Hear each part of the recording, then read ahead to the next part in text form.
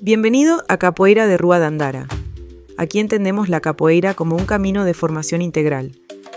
En este episodio exploramos las ideas centrales de este libro y cómo pueden fortalecer nuestra mentalidad como practicantes y como personas. Comenzamos. Damos la bienvenida a quienes escuchan a un nuevo análisis a fondo. Hoy tenemos sobre la mesa un material que es francamente alucinante. Vamos a sumergirnos de lleno en las páginas de un libro clásico. Sí, un texto fundamental. Exacto, publicado originalmente en 1968. Se titula Capoeira Angola, ensayo socioetnográfico, y fue escrito por Valdeloy Rego. Y, a ver, hay algo que debe quedar clarísimo desde el primer segundo. Rego no era el típico investigador de escritorio. Para nada. No era alguien que mira la cultura desde, la ventana de una universidad. Era alguien que estaba hasta el cuello en la cultura popular baiana. Y esa es justamente la clave para entender el peso de este texto. Rego vivía y respiraba esa realidad. Estaba profundamente inmerso en el candomblé. Que es una religión fascinante. Totalmente. Y para dar un poco de contexto, es esta religión afrobrasileña que mezcla de manera muy, muy compleja las creencias y deidades tradicionales africanas con elementos del catolicismo. Esta inmersión le dio a Rego un acceso que un académico externo jamás habría conseguido. Claro, tenía las llaves desde adentro. Exacto. Fíjate que el famosísimo escritor Jorge Amado escribió el prólogo de este libro, y lo que más elogia es precisamente eso, la capacidad de Rego para acceder a los antiguos secretos de Bahía, cosas que normalmente estaban cerradas al público general. Esa perspectiva íntima es lo que hace que este análisis de hoy sea tan especial. Nuestra misión en este análisis a fondo es raspar todas esas capas de barniz turístico. Queremos explorar las verdaderas y complejísimas raíces de la capoeira. Desmitificar un poco, ¿no? Sí, exacto. Quitar esa idea de cultura pop de que es simplemente una danza acrobática bonita para ver en la playa. El libro revela su historia como un auténtico misterio lingüístico, una táctica de supervivencia brillantemente disfrazada, y una práctica marcial que, está entrelazada con la magia. Bueno, vamos a desglosar esto empezando por los orígenes más crudos y los archivos en llamas de la historia de Brasil. Es que para entender el origen, el autor nos obliga a retroceder mucho, específicamente al inicio del comercio transatlántico de personas esclavizadas. Un periodo oscurísimo. Sí, muy duro. El libro cita crónicas portuguesas antiguas, como las de Gómez Aines de Surara. Estos documentos relatan cómo en 1441 un navegante llamado Antão González capturó y llevó a los primeros africanos esclavizados ante el príncipe Enrique. Ese es como el punto de partida documentado. Ese momento exacto marca el inicio de un sistema que redibujaría el mapa humano del mundo. Y el autor detalla minuciosamente cómo este sistema no operaba en un vacío. O sea, tenía un marco legal y teológico. Esa parte del texto es densa, pero crucial. Habla de cómo se justificaba algo tan extremo a nivel institucional. Menciona específicamente varias bulas papales, si no me equivoco. Si conectamos esto con el panorama general, vemos cómo funcionaba la geopolítica de la época. El ensayo explica que papas como Eugenio IV, Nicolás V y Calixto III emitieron estos documentos oficiales. Y estos otorgaban a la corona portuguesa no solo el monopolio comercial de ciertas tierras, sino que justificaban la esclavitud bajo la premisa de la conversión religiosa. Increíble. Según la documentación que presenta Rego, la narrativa oficial era que someter a estos pueblos era una forma de llevarlos a la fe cristiana. Era una maquinaria gigante impulsada por intereses económicos, pero validada por la moral de ese entonces. Y el nivel de dureza de esa época en Europa también es algo que el autor subraya para dar contexto. Hay un pasaje donde cita a un cronista portugués del siglo XVI, García de Resende. Sí, esa parte es brutal. Relata una hambruna en Portugal y el norte de África en el año 1521. El detalle que incluye es devastador.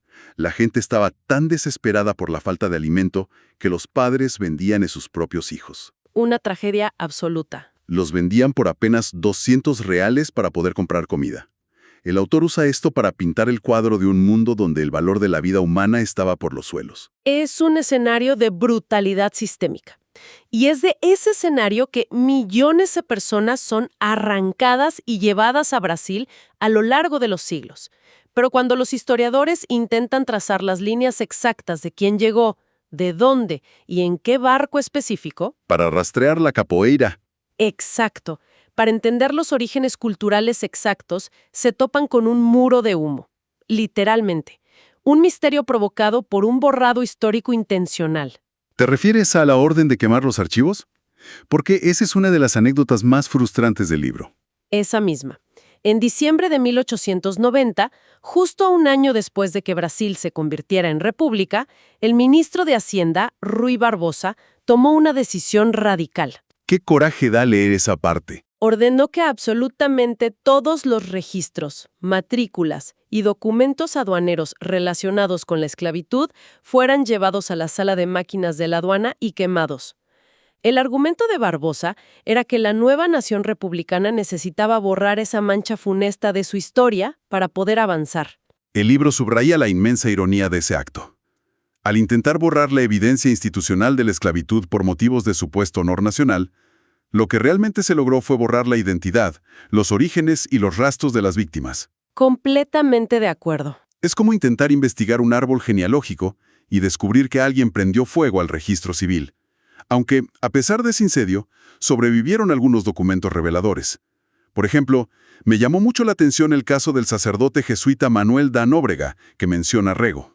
El caso de Nóbrega es fascinante por sus contradicciones. Cuando llegó a Brasil, sus cartas estaban llenas de quejas sobre la mezcla de razas. Describía el sistema esclavista casi como un problema moral insalvable. Se daba golpes en el pecho, digamos. Exacto. Sin embargo, el libro documenta cómo la realidad económica de la colonia lo absorbió por completo. Para 1551 y luego en 1558, hay registros de este mismo sacerdote rogándole al rey de Portugal que le enviara 2 docenas de esclavos de Guinea. ¡Qué cambio de discurso tan conveniente! Argumentaba que los necesitaba para mantener su colegio jesuita, ya que el trabajo pesado era insostenible de otra manera. Es la maquinaria devorando cualquier resistencia moral inicial. Y eventualmente esa maquinaria se reguló a escala industrial. El texto apunta a un decreto de marzo de 1559 del rey João III. Que es clave. Sí, es el primer documento legal que autoriza formalmente importaciones masivas a Brasil. Permitía a cada dueño de un ingenio azucarero importar hasta 120 personas esclavizadas. Y aquí hay un detalle fundamental para nuestra investigación. La corona prefería explícitamente traer personas de Angola y el Congo. Y esa preferencia no era casualidad en lo absoluto. Los colonizadores habían catalogado a las diferentes etnias según su supuesta adaptabilidad al trabajo agrícola. Una mentalidad puramente mercantil. Totalmente. Los registros citados por Rego muestran que consideraban a las personas de la región de Angola como más sumisas o manejables para el trabajo en los ingenios. Esto en contraste directo con otras etnias, como los Nagó, a quienes temían profundamente porque tenían una reputación de constante rebelión y resistencia organizada. Y es precisamente de esta olla de presión de sufrimiento, mezcla de etnias africanas y opresión colonial, que brota la palabra que da título al libro. Pasemos a este enigma. El debate de la palabra. Así es. La palabra capoeira aparece registrada por escrito por primera vez en el año 1712, en un vocabulario elaborado por Rafael Bluteo. El libro dedica un espacio enorme a debatir de dónde demonios salió esa palabra. Porque no hay un consenso fácil. La etimología aquí es un terreno de debate feroz entre los lingüistas del siglo XIX que Rego analiza. Sí, hay varias posturas. La primera gran vertiente es la teoría de origen indígena, proveniente del idioma tupí. Lingüistas históricos como José de Alencar apoyaban la idea de que viene de la raíz kaa, puera. En tupí, kaa se traduce como bosque o selva, y el sufijo puera indica un tiempo pasado, algo que ya no es. Entonces, capoeira vendría siendo un pedazo de bosque que fue talado y donde creció maleza baja. Exactamente. O una variante muy similar, copuera, que sería una granja o terreno de cultivo abandonado.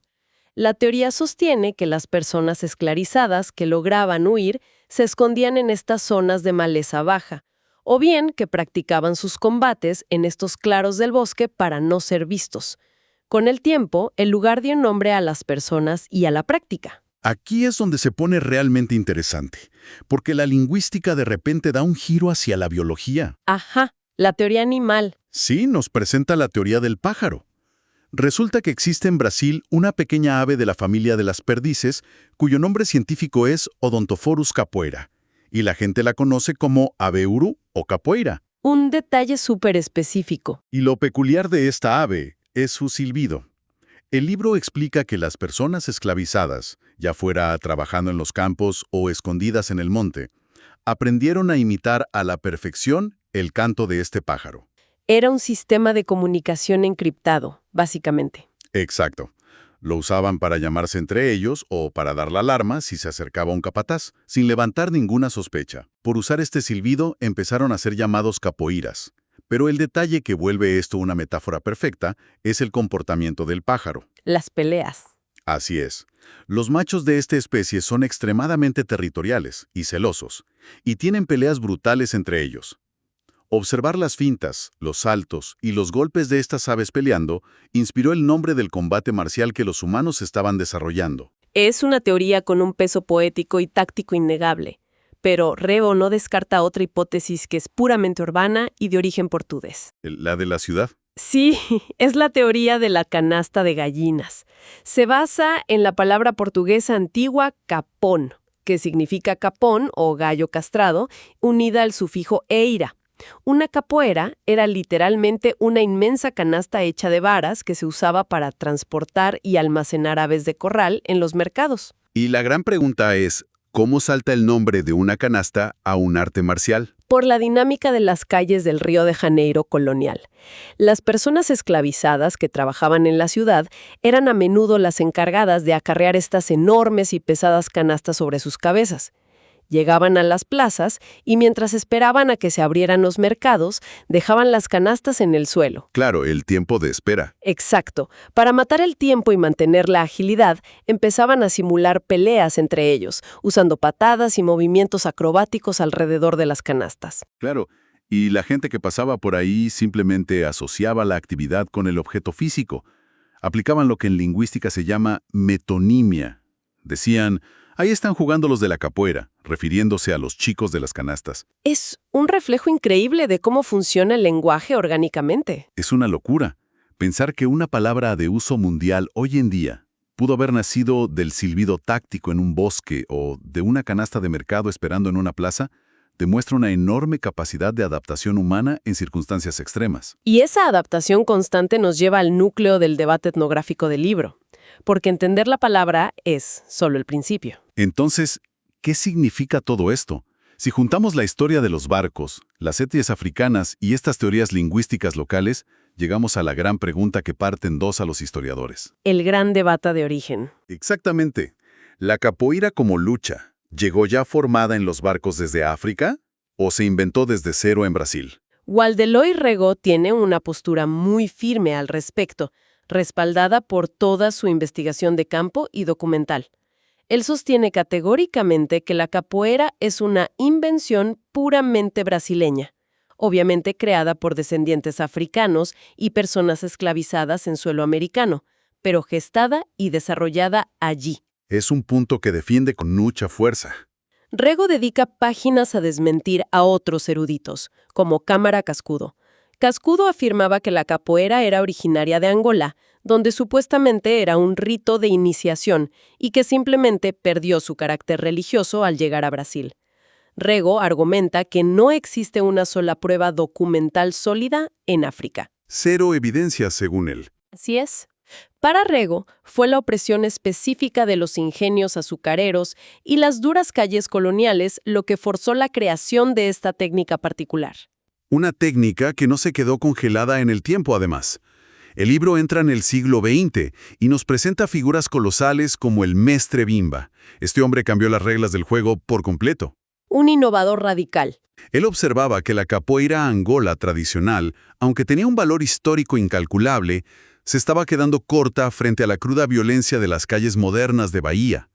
En ese entorno, enfrentarse a navajas, matones y represión policial requería algo más contundente. Y lo que hizo Bimba fue visto como un acto de herejía para los puristas de la época, pero fue un salto evolutivo para la supervivencia. Totalmente revolucionario.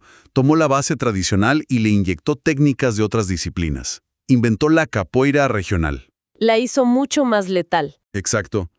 Incorporó 52 golpes letales, además de barridos, proyecciones y llaves que sacó del judo, del jiu-jitsu, de la lucha grecorromana y de un estilo de pelea afrobrasileño más rudo llamado batuque. Mezcló todo. Es casi como si hubiera creado el abuelo de las artes marciales mixtas modernas en Brasil. Priorizó absolutamente la eficacia letal sobre la estética fluida. Pero hay que entender por qué se necesitaba esa letalidad y esa capacidad de adaptación en la calle. Y para entender eso, tenemos que mirar las herramientas tácticas que siempre estuvieron ahí, desde la época de las plantaciones. Es de mis partes favoritas del análisis. Lo fascinante aquí es cómo los elementos culturales, especialmente la música, funcionaban como tecnología de supervivencia. Tomemos el berimbau, este instrumento de percusión de una sola cuerda en forma de arco. No era solo para llevar el ritmo del baile, era un sistema de alerta temprana. Como un código de emergencia musical. Exacto. Existía un toque, un patrón rítmico específico conocido como aviso. Cuando los capoeiristas estaban practicando sus golpes letales en las plantaciones, siempre tenían a alguien vigilando. Ajá, un centinela. Si a lo lejos veían acercarse al capataz del ingenio o a las autoridades, el músico que tocaba el berimbau cambiaba sutilmente el ritmo al toque de aviso. Automáticamente, sin decir una sola palabra, los luchadores transformaban sus patadas y esquivas en una danza inofensiva y sonriente. Camuflaje instantáneo dictado por la música. Es genial. Genial y necesario. Y el libro menciona que esta táctica musical sobrevivió y evolucionó hasta bien entrado el siglo XX. Habla de la década de 1920, durante la época de un jefe de policía tristemente célebre. El delegado Pedrito. Ese mismo. Perseguía a los capoeiristas con mano de hierro. Para sobrevivir a sus redadas, los músicos inventaron un ritmo llamado caballería. El toque imitaba el sonido del galope de los caballos y servía exclusivamente para advertir a los practicantes que el temido escuadrón de caballería de la policía venía en camino. Les daba segundos vitales para dispersarse y huir. Segundos que significaban la diferencia entre ir a prisión o sobrevivir otro día. Porque las calles eran auténticas zonas de guerra. Las autoridades no veían a los capoeiras como preservadores de cultura, los veían como pandilleros peligrosos. El ensayo recopila recortes de prensa de la década de 1880 que son escalofriantes. Reflejan mucha violencia. Describen zonas como el Cais Dorado, el Muelle de Salvador, como escenarios de batallas campales. Las notas periodísticas relatan enfrentamientos nocturnos masivos donde marineros, policías y capoeiras se enfrentaban con cuchillos, navajas de afeitar y botellas rotas. Y resultaban frecuentemente en muertos y heridos graves. Y cuando tu vida diaria implica esquivar navajazos en un muelle oscuro, la preparación física no es suficiente. El libro profundiza en cómo esta marginalidad empujaba a los practicantes hacia el misticismo. Claro, el lado espiritual. Hay una conexión enorme con lo que hablábamos al principio del candomblé. Para estos luchadores históricos, el mundo espiritual y el mundo físico eran inseparables.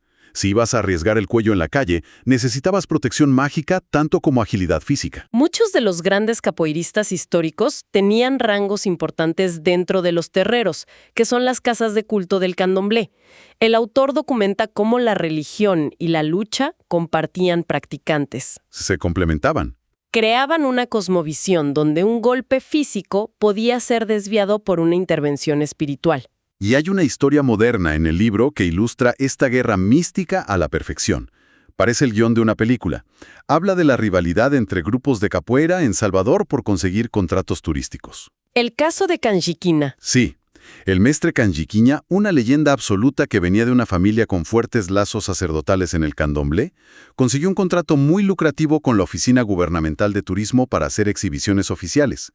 Pero un rival decidió que la mejor manera de quitarle el contrato no era peleando mejor, sino atacándolo espiritualmente. Empezaron a lanzarse ebos, que en la tradición del candomblé son trabajos mágicos o hechizos que pueden usarse para abrir caminos o en este caso para cerrarlos y causar daño. Fue una escalada increíble. El grupo rival logró entrar escondidas en el edificio del gobierno, en la mismísima oficina de turismo. Una audacia enorme. Escondieron ofrendas pesadas dirigidas a Exu, la deidad de los cruces de caminos y el caos. La intención era que la energía en el lugar se volviera tan densa y negativa que las exhibiciones de Canjiquiña fracasaran. Y según cuenta la historia, empezó a funcionar. Los luchadores se caían, el ambiente era insoportable, todo salía mal. ¿Y cómo contraatacaron ante un sabotaje invisible en un edificio estatal? Pues con más conocimiento ritual.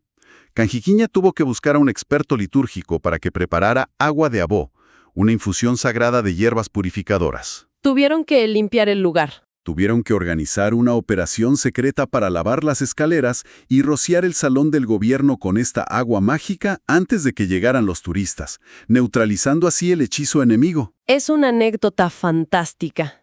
Es fascinante pensar en esa superposición de realidades. Burócratas trabajando en sus escritorios, ajenos a la guerra mágica que se libraba en sus pasillos por un contrato de exhibición folclórica. Ese relato muestra que la magia era vista como una herramienta tangible y súper práctica. Y esa misma mentalidad de usar recursos inesperados como herramientas de supervivencia se aplicaba a la indumentaria. Rego hace un análisis brillante sobre la ropa de los capoeiristas antiguos. A diferencia de las artes marciales asiáticas, no usaban ningún tipo de uniforme. Claro, usar un uniforme por las calles de Bahía en esa época sería como llevar un cartel luminoso diciendo «Arrésteme a la policía». Camuflaje urbano era vital. Sin embargo, adoptaron una prenda específica que parecía un simple detalle de moda callejera. El lenzo de esquillón de seda. Un pañuelo de seda pura anudado al cuello. Que parece pura vanidad, ¿no? Exacto. Si lo piensas desde nuestra perspectiva moderna, es fácil verlo solo como un accesorio, para verse bien, una cuestión estética. Pero el autor explica que su función real era servir de armadura. Quienes nos escuchan, piensen en esto. En las peleas callejeras del Cais Dorado, el arma blanca por excelencia no era un machete, era la navaja de afeitar. Pequeña y letal. A menudo se la amarraban al pie o la llevaban oculta en la mano.